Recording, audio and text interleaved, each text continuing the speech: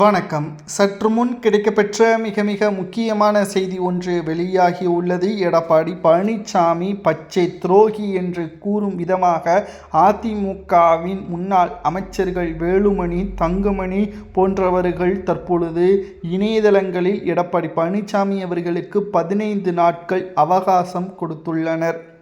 அதிமுகவில் எங்களுடைய மாவட்ட செயலாளர்கள் பதவியை எடப்பாடி பறித்துவிட்டார். நாங்கள் எடப்பாடியிடம் மன்னிப்பு கடிதம் கொடுத்த பிறகும் கூட எடப்பாடி சுயநலமாக செயல்படுவது சரியல்ல.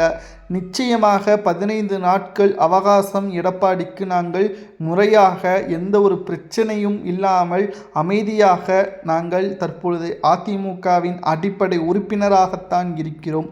எங்களது ஆதரவாளர்கள் 30 பேருடைய பதவியை மீண்டும் கொடுக்க வேண்டும். அதே பதவியை நாங்கள் ஒன்றும் புதிய பதவியை கேட்கவில்லை.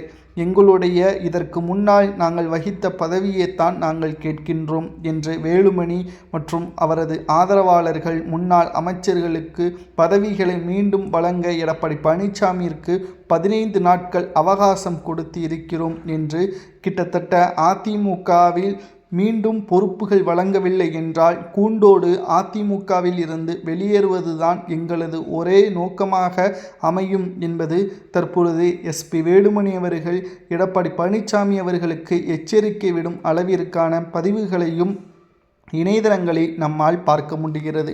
அப்படி என்ன எடப்பாடி பழனிசாமி அவர்கள் தவறு செய்தார் என்று பார்க்கும் பொழுது எடப்பாடி பழனிசாமியின் சுயநலம்தான்.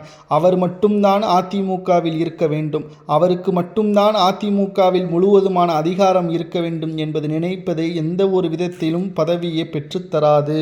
அதிமுகவில் எடப்பாடி பழனிசாமி அவர்களது செயல்பாடுகள் கிட்டத்தட்ட மிக பெரிய அளவிலான ஒரு தோல்வியை நோக்கி தான் சென்று கொண்டிருக்கிறது.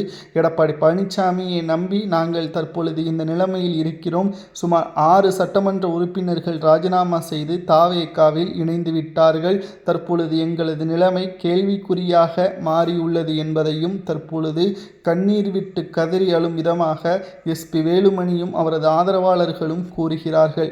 அதிமுகவை எம்ஜிஆர் அவர்கள் சிறப்பாக வழிநடத்தி சிறப்பாக உருவாக்கி தற்பொழுது எடப்பாடியின் கையில் சசிகலா என்று கொடுத்ததுதான் மிகப்பெரிய தவறு என்பதையும் எஸ்பி வேலுமணி அவர்கள் எடப்பாடி பச்சை துரோகி அன்று சசிகலாவிற்கு துரோகம் செய்தார், அடுத்து ஓபிஎஸ்ஸிற்கு துரோகம் செய்தார், இன்று அவரை நம்பியிருந்த எங்களுக்கும் துரோகம் செய்து அவரது மகன் அவரது குடும்ப உறுப்பினர்களுக்கு அதிமுகவில் முக்கிய பதவிகளை கொடுக்க முன்வந்துள்ளார் எடப்பாடி என்ற கோபத்தில் எஸ்பி வேலுமணி ஆதரவாளர்கள் தற்பொழுது இணையதளங்களில் பதிவுகளையும் மேற்கொண்டு வருகிறார்கள்.